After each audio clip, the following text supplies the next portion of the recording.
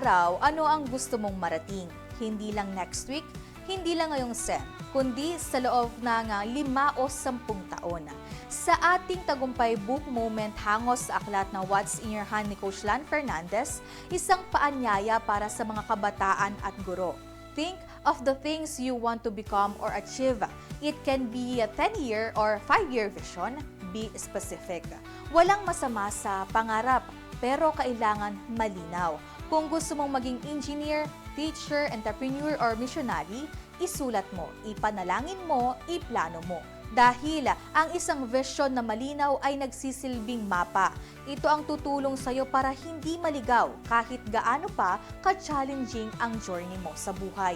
Basahin ang What's in Your Hands.